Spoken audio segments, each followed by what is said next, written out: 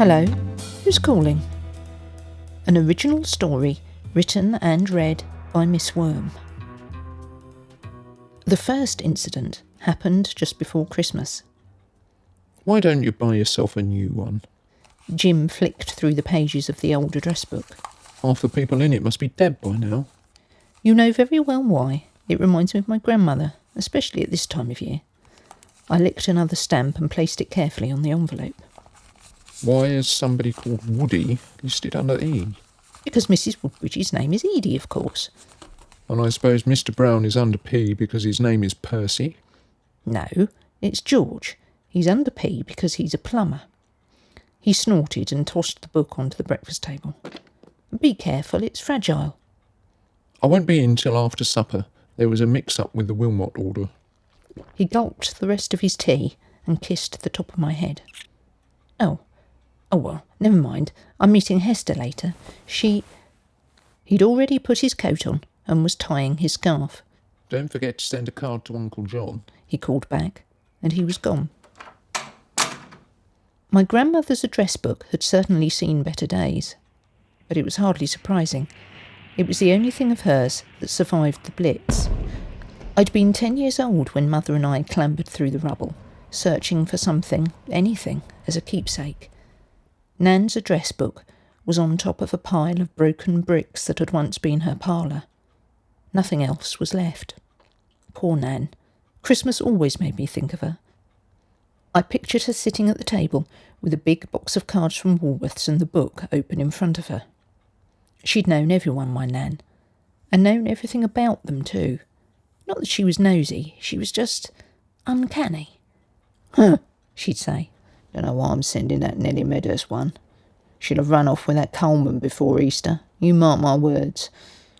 Well, I don't like the look of John Mason, he won't last the year. Lungs. Bet you a pound to a penny. And before the year was out, Mr. Mason would be crossed through with the thick blue pencil she reserved for just such a happening. We took the book home, and over the years Mother added her own friends. There must be hundreds of people in there. We kept up the blue pencil tradition too. Every so often she would sigh and cross out another name as an old friend of Nan's died. On some pages, blue lines outnumbered everything else. And then, 18 years after Nan was killed, Mother died, and the address book came to me. My husband Jim doesn't appreciate things like that. Sentimental, he calls it. Old-fashioned. Well, that's odd. The book lay where Jim had thrown it, open on the first page for E. Edie Woodbridge's entry, Woody, had a blue line through it.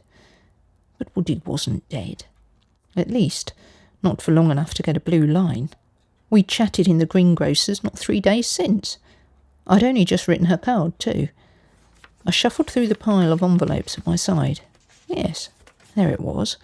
Mrs. E. Woodbridge, 32 Meadow Road.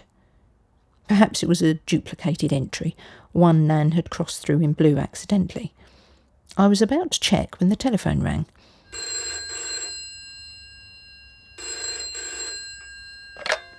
Hello, Rackham 240.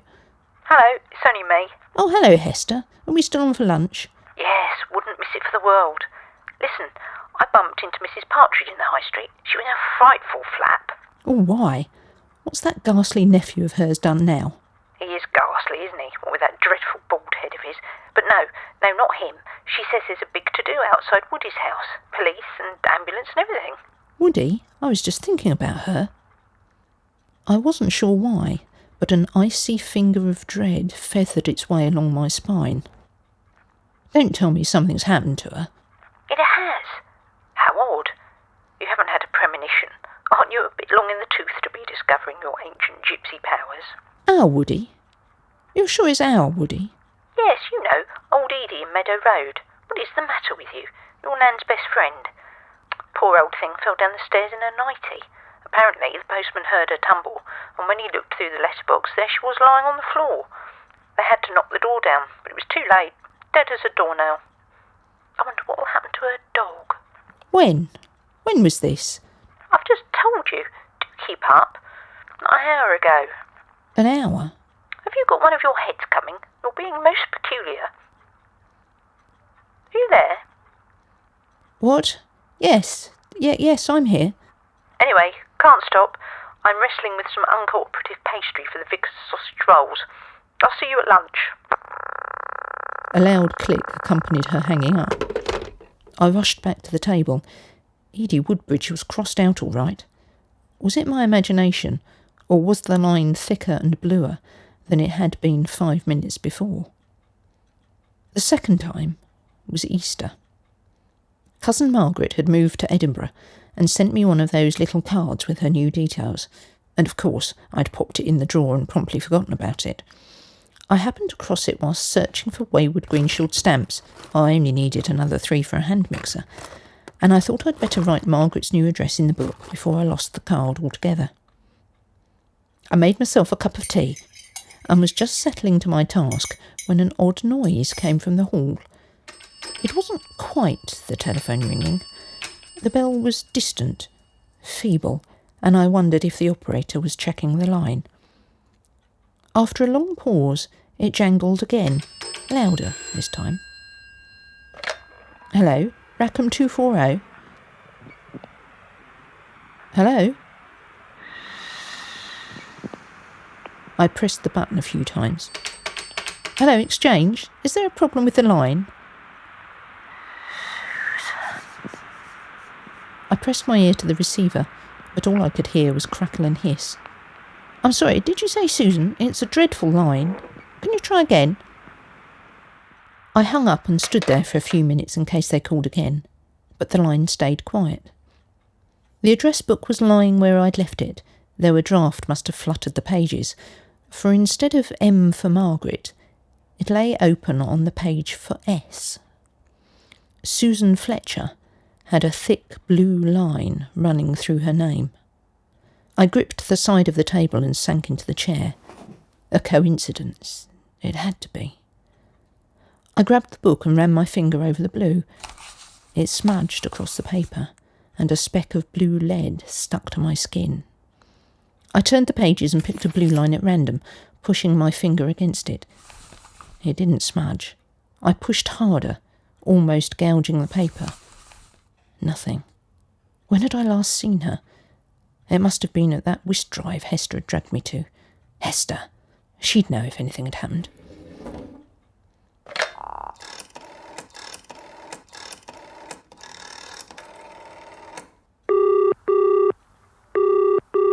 Hello? Rackham 339? Hester, it's me. Look, have you heard anything of Susan Fletcher lately? Susan? No, don't think so. Oh, thank goodness. Why, what's she done?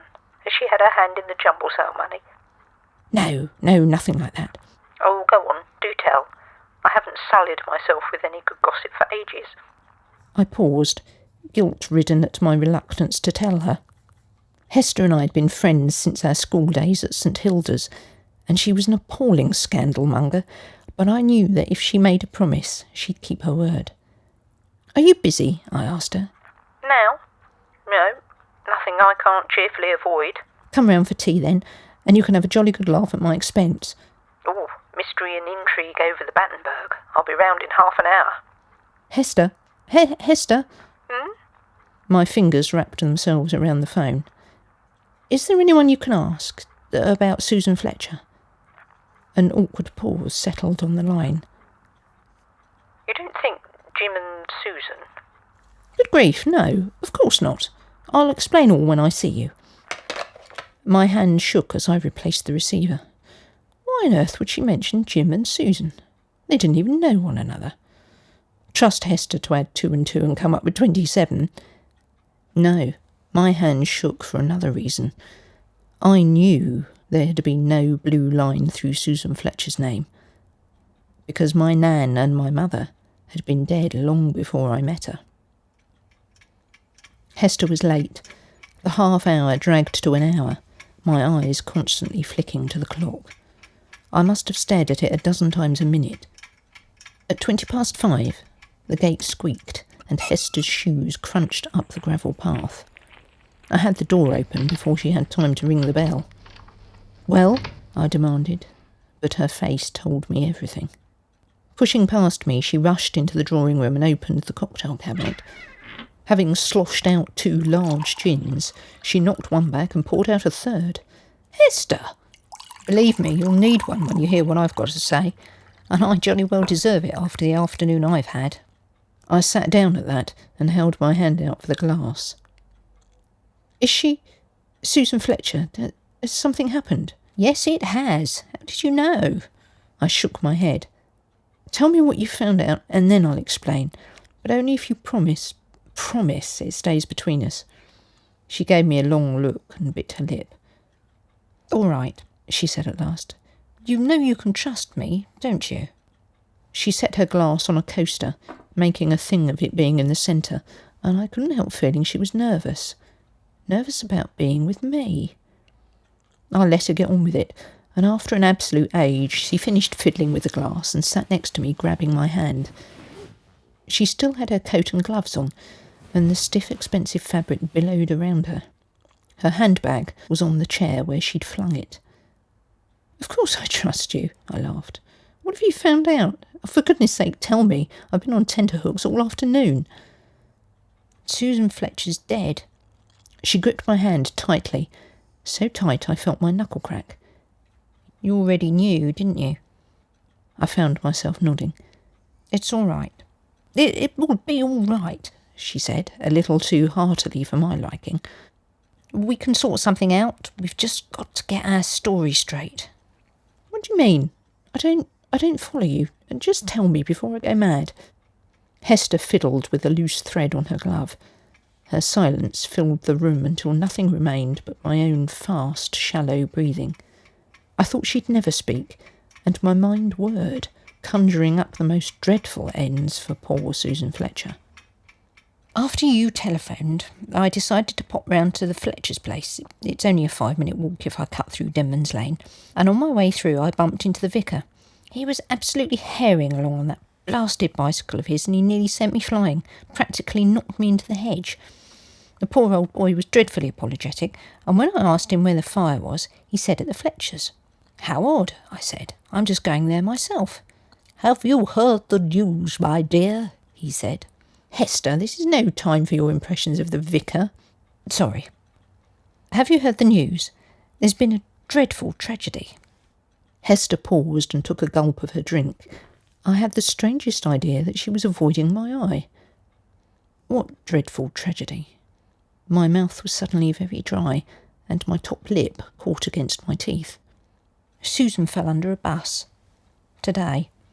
Just before you telephoned.' 'Dead?' 'Yes. Completely,' she said, as if you could be only partially dead, and for some reason my strange pedantic mind focused on that rather than the fate of poor, totally dead Susan. I caught Hester looking at me, a queer sort of look, as if I frightened her. She turned away and peeled off her gloves, one finger at a time, all the while with her eyes fixed on me. Oh, God. I rested my head in my hands. What on earth was happening? Hester knelt on the floor beside me. She grabbed my hands again, and the coldness of her touch shocked me so much I drew away. Her skin was like ice, but dry, frosted. 'Look, it's all right. We'll say I was with you all day.' She spoke at great speed, but with curious jagged gaps, as if the words were in a race they didn't want to win. 'No one will ever know. What were you wearing? Someone might have seen you. We'll have to burn.' 'Burn? Why on earth? What happened?' 'She was pushed. Deliberately.' 'Oh, that's awful. Who would push Susan under a bus? Why would anyone... What do you mean, someone might have seen me? You don't think... Why? Why would I push Susan Fletcher under a bus?' She averted her eyes and took another swig of gin. 'Well, how did you know something had happened to her?' I took a deep breath and told her everything. Nan's book, the blue pencil lines, even the pages falling open. I kept a close watch on her face, expecting her to laugh or ring for the doctor at any moment. But to my surprise, she listened intently. 'Go on, she urged. "There's something else, I can tell." Just before I phoned you, the telephone rang. It was an awful line, but I'll swear someone said Susan. And when you went back into the kitchen, the book was open at her name?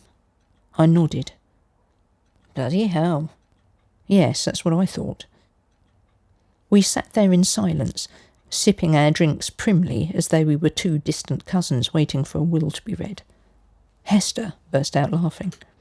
"You mean to say your Nan is holding an address book? I need another G&T. You didn't have any tea with that G. But what am I going to do?" I asked her. "Do you think I should burn the thing?" She pulled a face. "I wouldn't. Your Nan might fly out and start haunting something else. You don't want her getting squivvy in the cocktail cabinet. Don't. It's not funny." "No, I know." "Oh, it must just be a coincidence. Let's write down everyone that's already been crossed out, and then if you get another call, you'll know if anything changes." "Yes, that's a good idea. Although, of course, it might never happen again. Knowing your Nan, now she's got the hang of it, she'll be ringing you up constantly. I'll come round tomorrow, and we'll make a note of who's dead." Oh, how gloriously macabre. She stood up, rather unsteadily after all that gin, and looked round for her handbag. "Will you be all right to walk home? Jim will be back soon, he could give you a lift." She pulled another face. "Oh, I could do with the air." She kissed me on the cheek, and the scent of her face powder, mingled with an awful lot of alcohol, wafted across me. It was oddly comforting, and reminded me of Nan's tipsy friends at Christmas. "Hester, why did you think I pushed her?" "Did I say that?" She hunted through her bag for her house keys, keeping her eyes from mine. "Here they are. Take no notice. I shouldn't have had that last drink." The telephone rang at 6 o'clock. The sound of the bell almost stopped my heart, and I had to gather my wits before I was in any fit state to answer. "Yes?" "I'm afraid I shan't make dinner." Jim's voice came across the line clearly. No distant cracks or strange echoes broke through, and I was so relieved that I failed to take in what he was saying. Only after replacing the receiver did I realise I'd be spending the evening alone. By 8 o'clock I'd closed the curtains, had every lamp lit, and a fire roaring in the drawing room. Despite the firelight, a cold, formless darkness lurked in every corner. It slunk away from my gaze whenever I turned my eyes toward it, and I couldn't help but wonder, did Susan Fletcher, newly departed as she was, also think I'd pushed her? The wireless was no company. The programmes drifted in and out of tune with a mind of their own, buzzing and hissing no matter where I swung the needle. After endless frustrating twiddling, I abandoned the infernal machine and picked up my library book. It was an Agatha Christie, and working my way through the red herrings more than kept me occupied. No sooner had I settled on one murderer than they trotted out an indisputable alibi. I went up to bed with Agatha at 10. Jim had not yet come home when I turned out the light at midnight. I did not sleep well. "What time did you get in?" I asked him over breakfast the next morning. "Not late." He said. "Did you wait up?" "No, not really. I went to bed about 10. Wasn't long after that. My hand paused as I scraped butter across the toast. Hester's words, "You don't think Jim and Susan," flitted through my mind. "I might have to go up to Newcastle later in the week," he said. "There was another problem at Wilmot's." Well, I thought, that rules out Susan Fletcher at any rate. And I stared out the kitchen window, not trusting myself to speak. "I'll only be gone 2 days, 3 at most. Can you take my other suit to the dry cleaners?" "Why will you need your other suit?" "They're bound to want to take me to dinner one evening." He sounded exasperated, annoyed that I'd asked. "Yes, of course."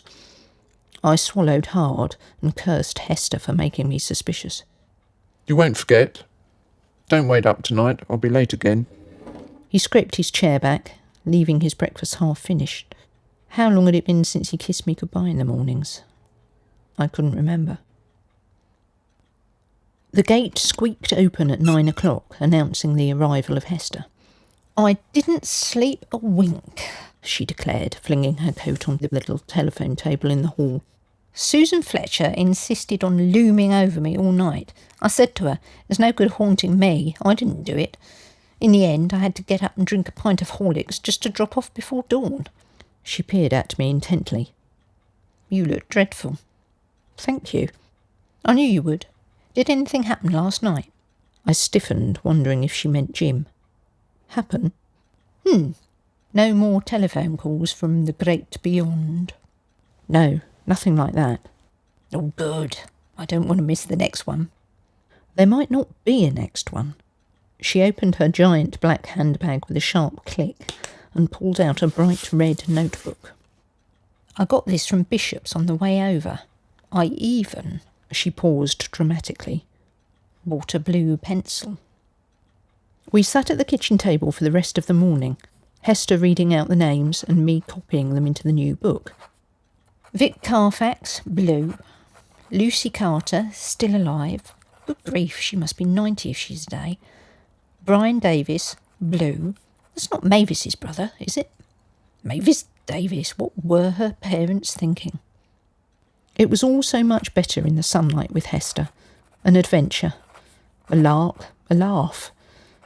I even began to wonder if I'd dreamt it after reading Agatha Christie at bedtime. "Time for lunch," Hester said at 12:30.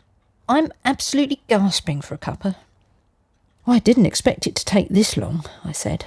"We've still got all the W's to do." Hester riffled through Nan's address book until she came to Woody's entry. "Poor old Edie Woodbridge. Fancy being caught by the postman with your nightie round your head. Hester! What I don't understand..." She broke off and stared at me. "Is that it?" she whispered. I clutched her arm and nodded. "It's not a proper ring," I whispered back. At first, I thought it was the exchange testing the line. "Hadn't you better answer?" she said, after we'd sat there, frozen to the spot, for a good minute. "I'm not sure I want to." "You ought to. It might not be your Nan telling us these things, and you don't want to upset whoever it is." She caught my eye. "Whatever it is."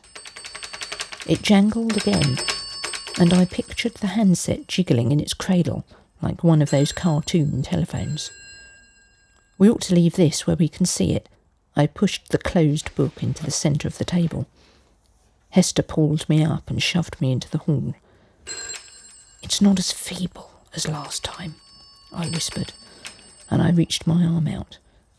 My hand became leaden, cumbersome, unwilling to touch this strange black creature that had invaded my life. "Go on, I'll watch the book." Hester's breath was hot on my skin, and the soft hairs on my neck rose. I shuddered. Something, fear, excitement, rippled through my body. "Hello, Rackham 240. The line hissed as I tilted the handset. Hester pressed her cheek against mine as we listened. Far down the line came a whisper.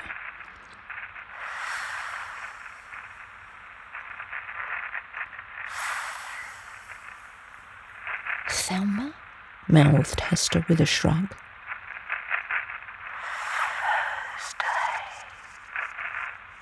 "Thursday? Yes.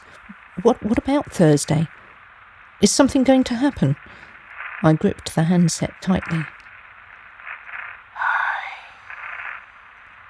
Harry? Hurry! The voice shouted, suddenly so loud that Hester and I jumped. "Hurry? Is that what you said? But hurry where?" The line crackled like hail on a tin roof. "I can't hear you." I pressed my hand over my other ear and scrunched my eyes closed, concentrating on the distant whispers. The line went dead. I replaced the receiver slowly, as reluctant to let go as I had been to lift it. My hand left a bloom of sweat on the handset, and I stood there until it faded into nothing. "Did she say anything else? Did she say who?" "No." I shook my head. I think shouting hurry wore her out. Well, I don't wish to be rude to the dearly departed, but that's not terribly efficient. You'd better check the book. She had grown very pale and was biting her thumbnail, something I hadn't seen her do since we were at school. You go first, I said, defaulting to our childhood roles. Hester had been fearless then, always leading us into trouble. I'm not going first. It's not my grandmother haunting us. It might not be mine. Oh, it is. I recognise that hurry. Go on. The morning sunlight still streamed in through the yellow curtains.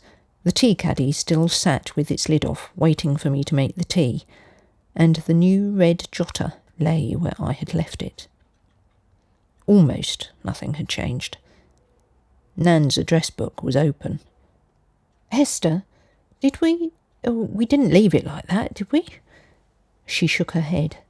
Let's hope it isn't someone beginning with W. Oh, bother it. It's no good us standing here like a couple of ninnies. She pulled her shoulders back in true St Hilda fashion and strode to the kitchen. The new blue pencil rolled slowly across the table, coming to a halt beneath Hester's outstretched hand.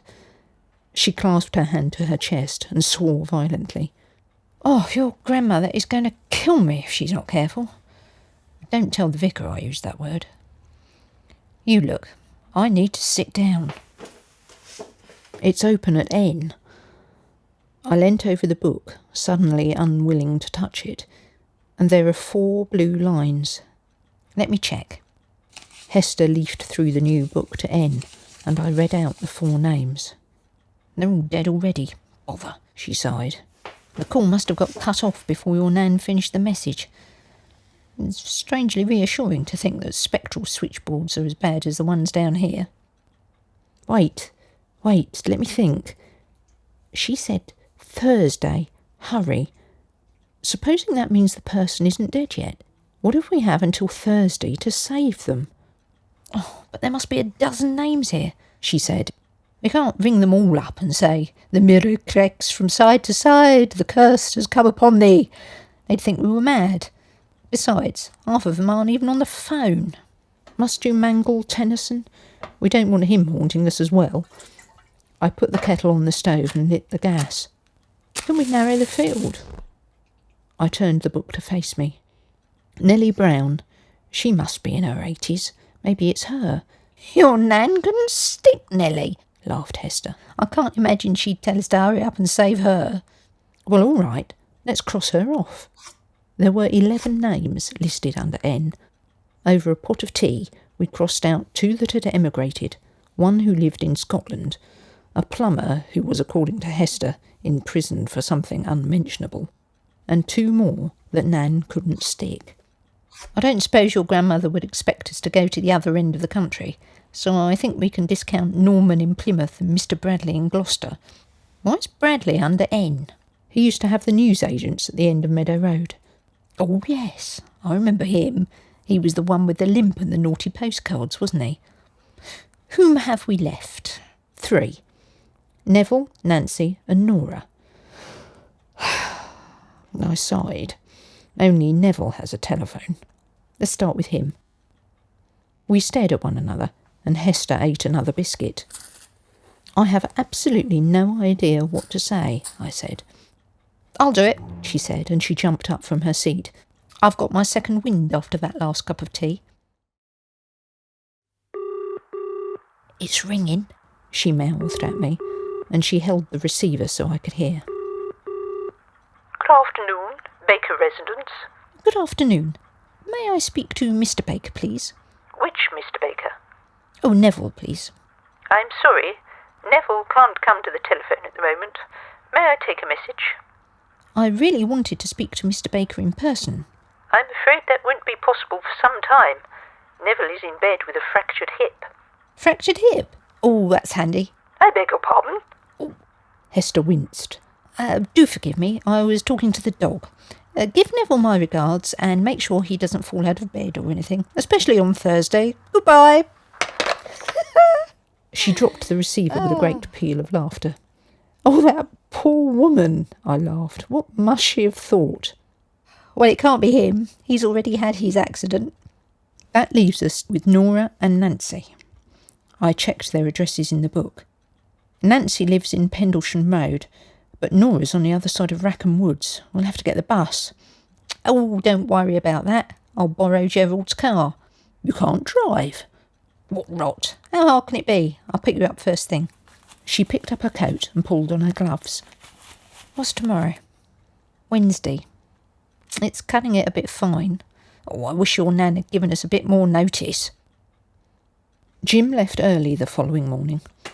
Breakfast had been a rather strained affair, caused by my forgetting to take his suit to the cleaners.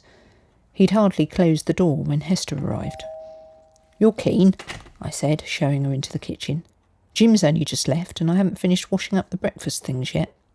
I've been lurking in the shrubbery waiting for him to go. Can I have this toast? I'm famished. I'll do you a fresh bit if you like.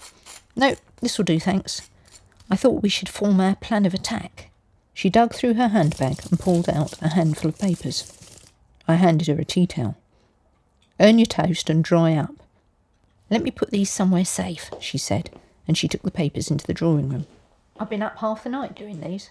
Oh, Hester, it's not one of your schemes, is it? Well, I like that. What ideas have you come up with? Or are you just going to barge in and say, my dead grandmother says, beware, beware the doom? She pulled a face. You'll end up in Oakridge Asylum if you do. Are you going to dry that plate or not? I didn't want to admit it, but that had been my plan. What's your great idea then? Oh, I had at least a dozen fantastic ideas. I wrote them all down in that notebook. But when I read them back, there was only one that would guarantee their attention. Competitions. She smiled smugly. Competitions? Everybody does them. We knock on the door. Ha! No, you can jolly well wait until we get there.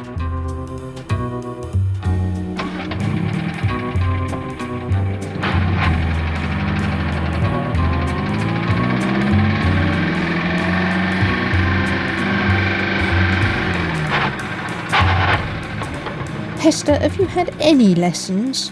Oh, stop fussing. You needn't cling on to the strap quite so tightly. I know which one's the brake, and that's the important thing. Pendlesham Road is next right.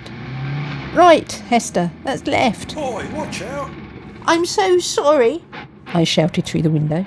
Family emergency. Did you see what that man did? What appalling rudeness. I've a good mind to report him. Well, you did mount the pavement somewhat. Turn right here? Yes. I smothered a squeal and held on to the strap for dear life. I'll be all right once we get onto the main road and past all these nuisance pedestrians.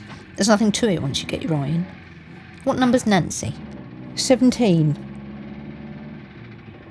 The car juddered to a halt, and then rolled a few feet. I pulled up the handbrake. What are we going to say? Well, Hester twisted round to fetch her handbag from the rear seat. Do you remember when the vicar's wife tried to teach us calligraphy? It seems it wasn't an afternoon entirely wasted after all. She snapped open her bag and handed me a thick white card with fancy gold lettering and neat black printing. Starlight Competitions, I read. Exclusive and deluxe prizes for loyal listeners. Starlight Competitions? I've never heard of them. I handed the card back to her. Of course you haven't. I've just told you I made it up. Oh, I do wish you'd pay attention. She treated me to an eye roll and handed me another card. Congratulations. You have been selected to take part in our latest exciting promotion. One lucky winner will receive a trip to Paris. 10 consolation prizes of tea at the Ritz.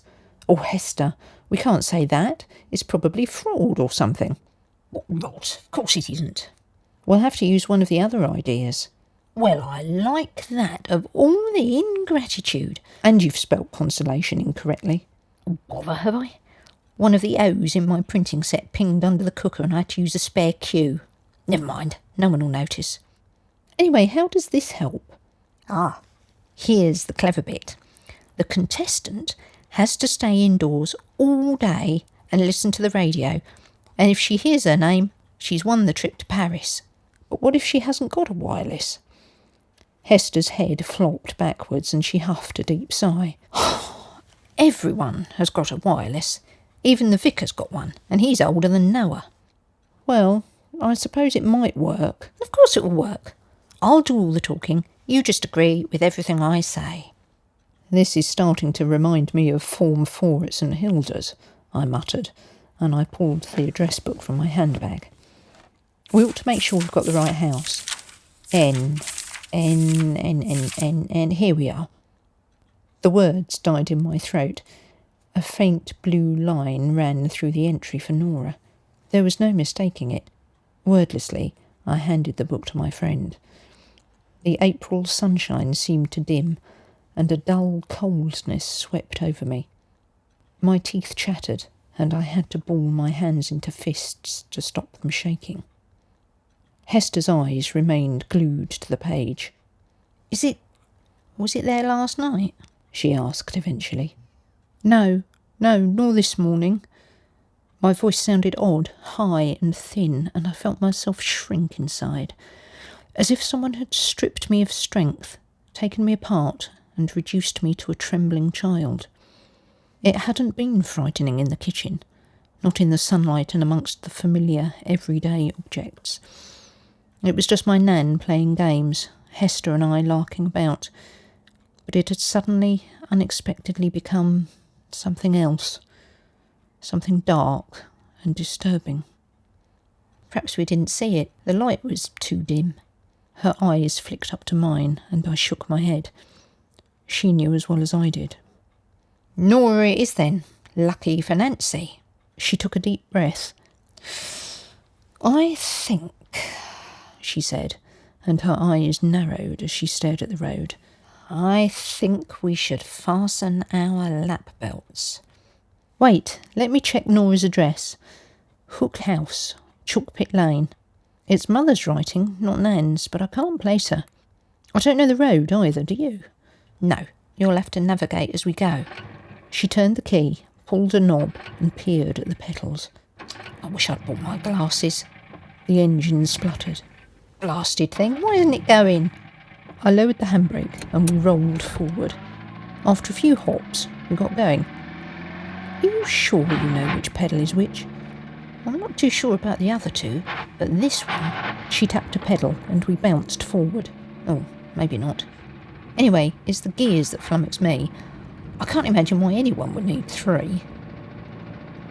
Hester got into her stride once we'd left the village, and we fairly zipped along. We only terrified 2 cyclists, one of whom looked like he'd have fallen off anyway, according to Hester, and I managed to restrict my flinching and squealing to a minimum. It wasn't long before Rackham Woods loomed ahead of us. The trees were not yet fully in leaf, and their limbs stretched into the sky with grey, bloodless fingers. We fell silent as we drove through the woods. There was something uncanny about the place, a vague otherworldliness, not helped by the brooding presence of Oak Ridge Psychiatric Hospital and the many legends that surrounded the woods themselves. My father saw it once.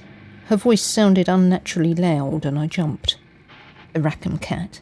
He said it was like a man-sized leopard. Upright, just walking about, tail and all. Jim says it's all superstitious twaddle. Well, if you will marry an incomer, what do you expect?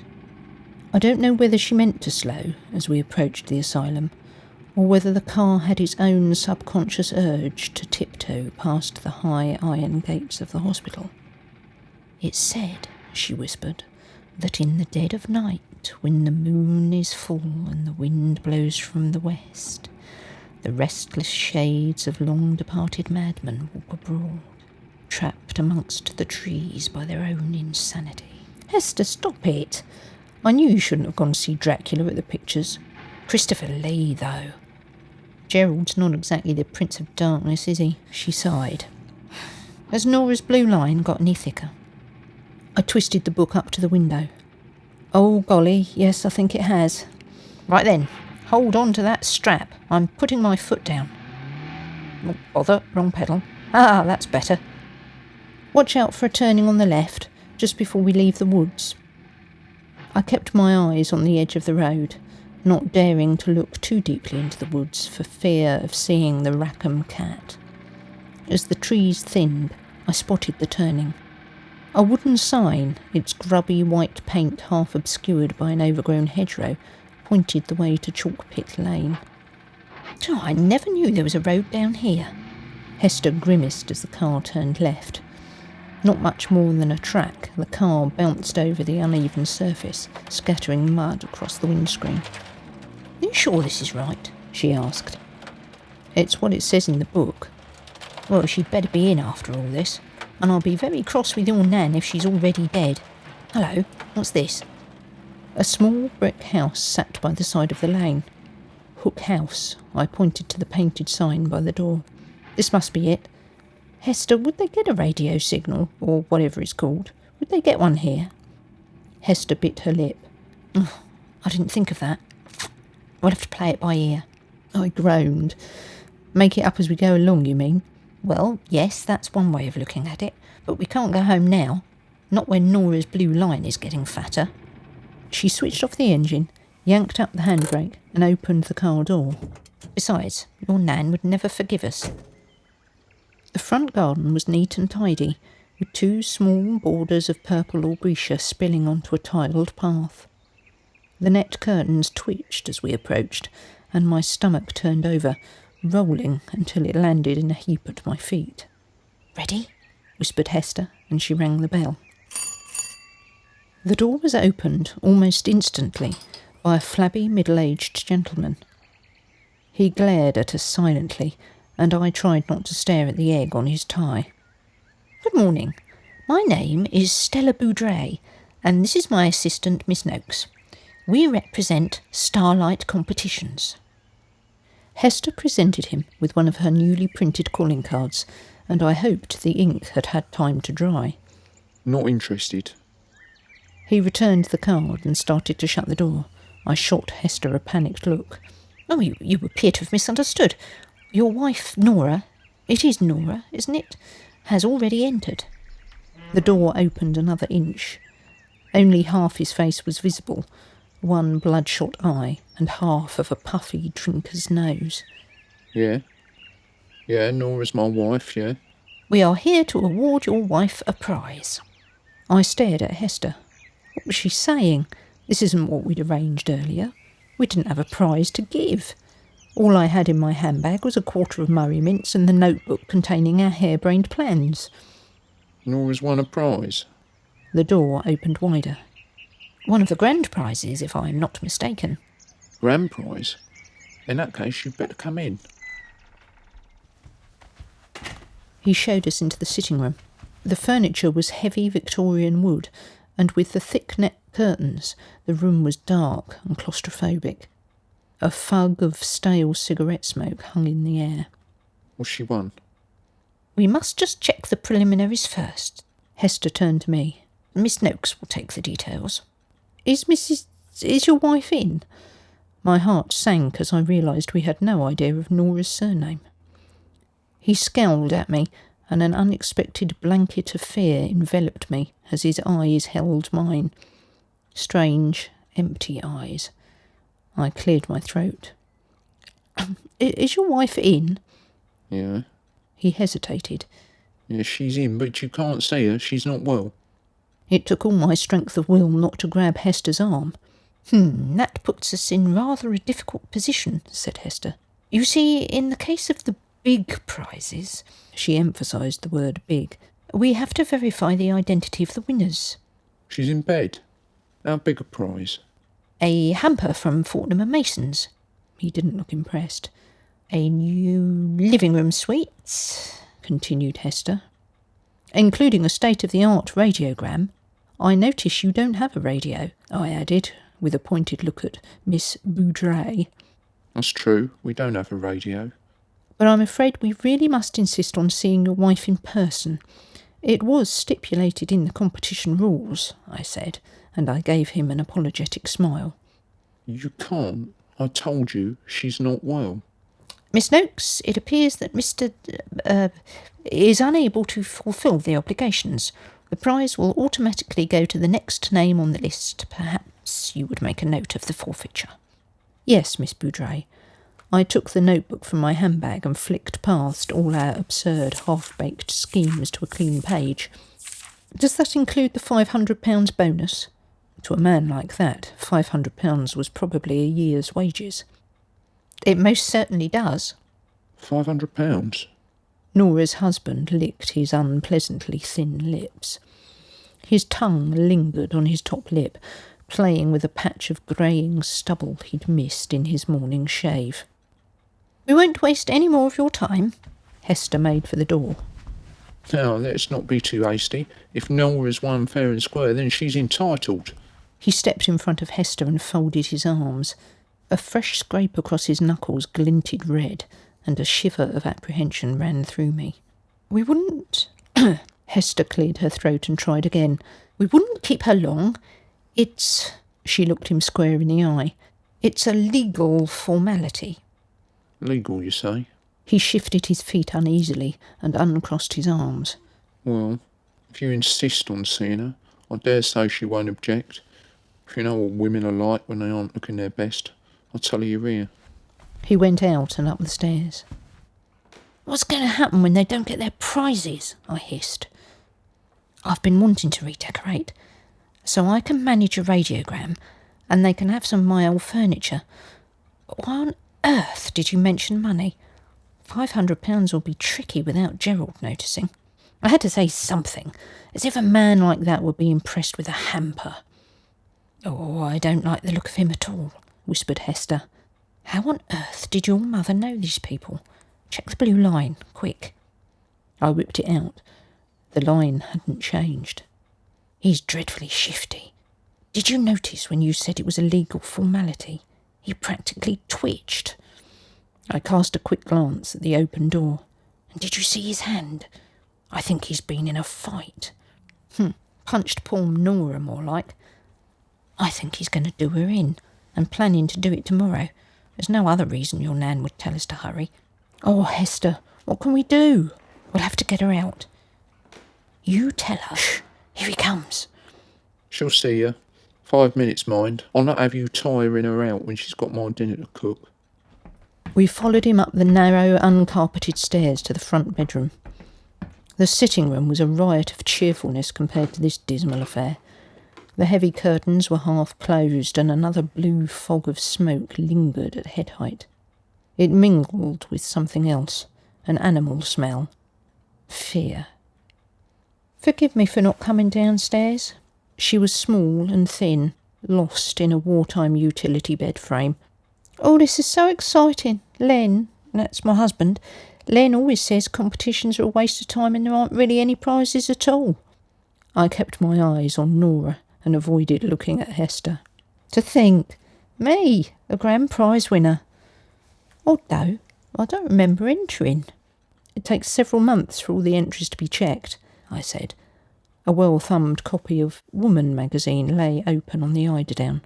I see you're still a reader. I'll never miss an issue, Miss Noakes. It's my little bit of luxury. She lifted her chin defiantly, and I could easily imagine the rows they'd had about it. That poor paper boy has to come all this way, but I always give him 2 shillings for his Christmas box. I just need to confirm your details, Nora, and then you can rest. I took the lid off my pen and wrote name at the top of the page. Your full name, please. Nora Shirley Perkins. Now, Mr. Perkins, we had better measure up your sitting room for your new suite. Hester took hold of the husband's arm and propelled him from the room. Have you been ill for long, Mrs. Perkins? I asked her. It's been coming on for months. Len says I've got a weak stomach, but I never used to have one. My eyes travelled to the half-eaten bowl of soup on the bedside table. An oily film squatted on the surface, and I tried to recall from Agatha Christie if that was a sign of poison. I can't keep anything down. Proper bilious I've been. And he's been ever so good, she added. He's been cooking all my meals. I'll bet he has, I thought. I glanced up and caught her looking at me. A terrible mute appeal filled her eyes as they met mine. She knows.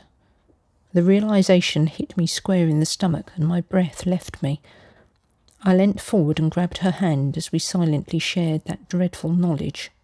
Two strangers brought together by what? I think you may have known my mother, Margaret. Not Peggy Wilson. Oh, I thought you looked familiar. You're just like her. A smile flitted across her face.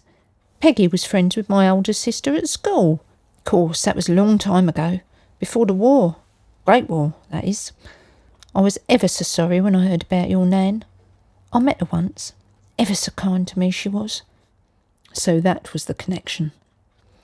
Fancy you being Peggy's girl and come to give me a prize. She tried to sit up and her bed jacket slipped. She grabbed for it, but not before I had seen the vicious bruises that crept across her neck. Finger marks. We locked eyes. She knew that I'd seen them. Oh, Nora. She gripped my hand. Help me. The whisper was so low I wasn't sure I'd heard it. I bit my lip and nodded. We'll think of something. Can you get dressed? I think so. Her hands pushed at the eiderdown and it barely moved, she was so frail. I crooked my arm around her back and pulled the covers back. The smell was unspeakable. Stale sweat mingled with something altogether more unpleasant. I plastered a reassuring smile on my face and pretended not to notice. She sat on the edge of the bed and panted. Her breath came in short, wheezy gasps, and I watched her chest rise and fall beneath the ridiculous filmy nightgown. What she must have endured. A battered dressing table skulked in the corner, and the top drawer protested loudly as I wrenched it open.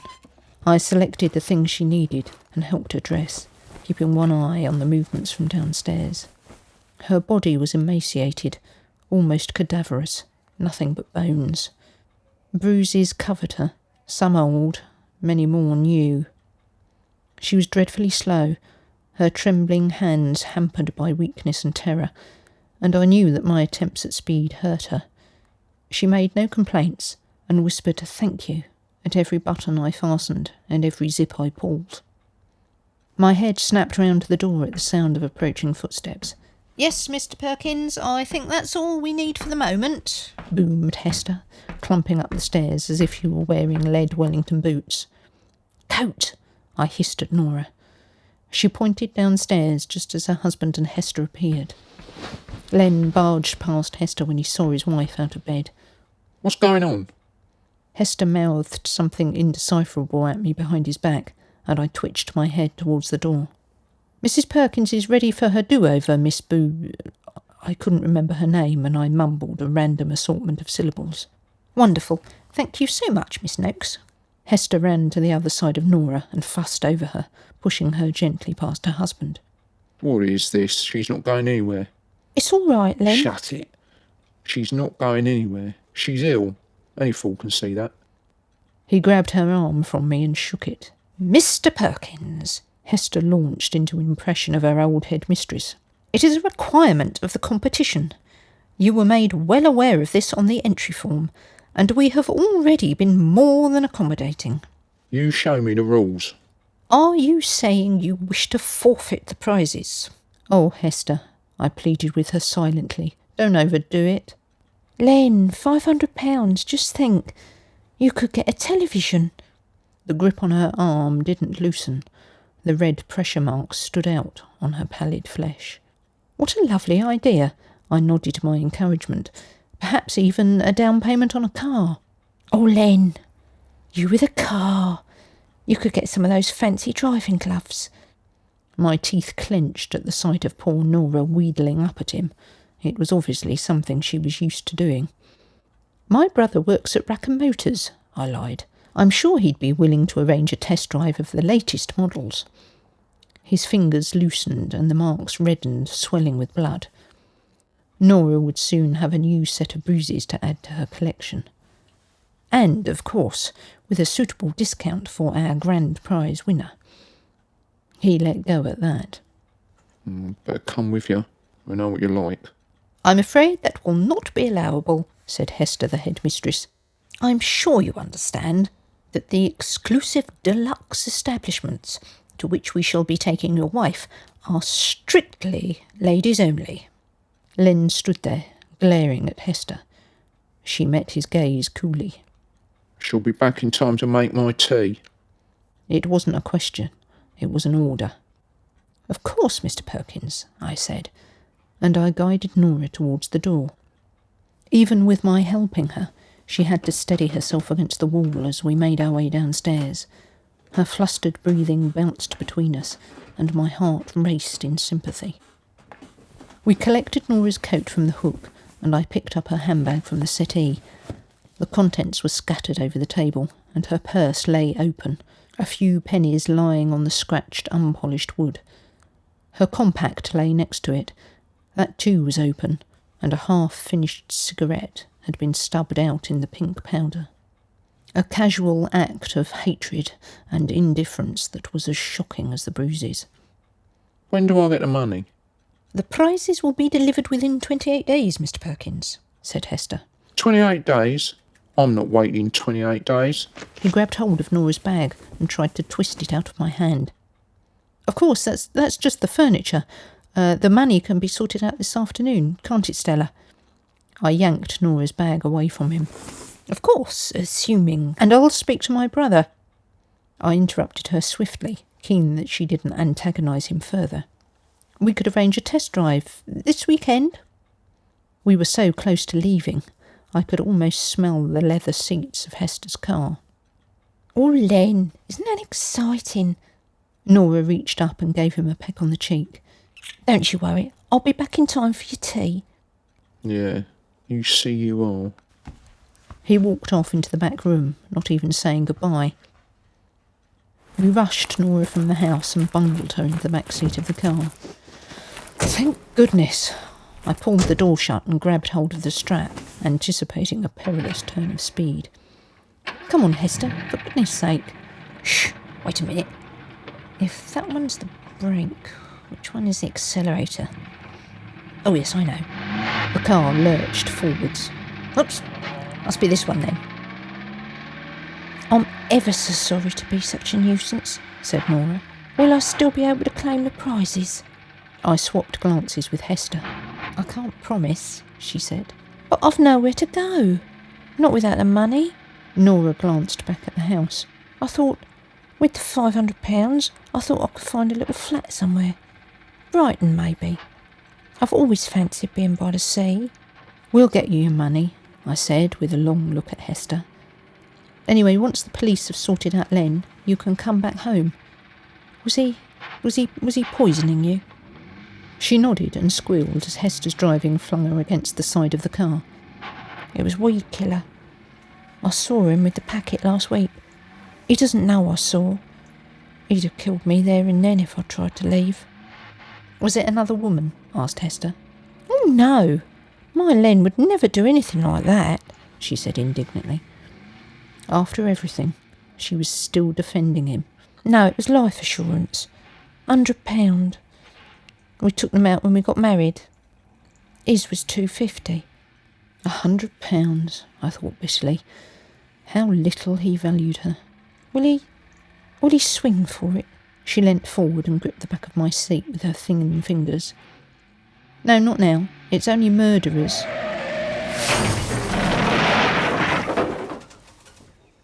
Hester, what happened? Are you all right? Nora? Yes, I'm fine, said Nora. My foot slipped, said Hester, and I got muddled with a wheel. Blasted thing. It's a good job we were only dawdling. We seemed to have landed in a hedge. I clambered out and yanked open Nora's door. We'll never shift it, muttered Hester. How are you going to explain this when you get home? I asked her. Oh, she waved her hand airily. I'll tell him I lost it. He's been after a new one anyway. Oh, your poor car, Miss Boudreau. I'm ever so sorry. Nora lowered her gaze like a cowed dog. It's not your fault, I hastened to reassure her. Stella can't actually drive. Fancy your company giving you a car if you can't drive. Yes, makes you wonder, doesn't it? I pulled a leaf from my hair and tried not to catch Hester's eye. There's a phone box just along here, said Nora. We can telephone a garage or something. Can you walk that far? I looked back up the track. We'd only come a few 100 yards and the house was still visible in the distance. Yes, I think so. Fresh air's helping. We'd better get a move on. I leant through the window and collected my handbag. Nan's address book was safely inside, but I resisted the temptation to open it and check Nora's blue line. Our journey along the track took an age. Poor Nora faltered every few yards, and at one point I feared she might faint.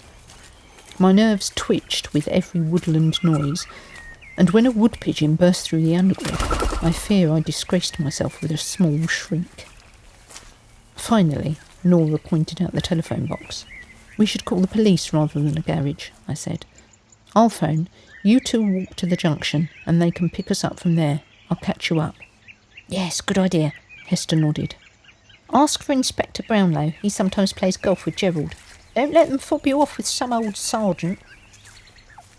The bright red paint of the telephone box had faded to a dull pink, and a thick tendril of ivy crept along the wiring, but the inside of the box was clean, dry, and mercifully unvandalised. I put my handbag on the shelf, and unable to resist any longer, I checked Nora's entry in Nan's address book. The blue line had disappeared. We'd done it. We'd rescued Nora.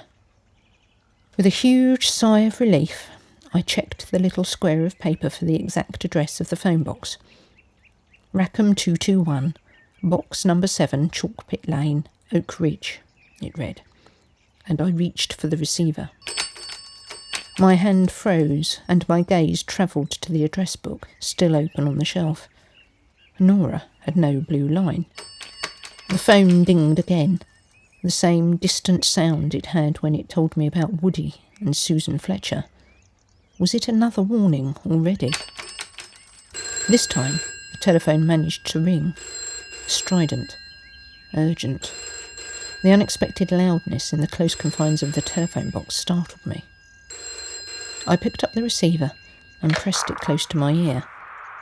Hello? The line hissed and crackled. Hello? Nan? Nan, is that you? It's all right. Nora's safe. She's with Hester. The line clicked and whistled.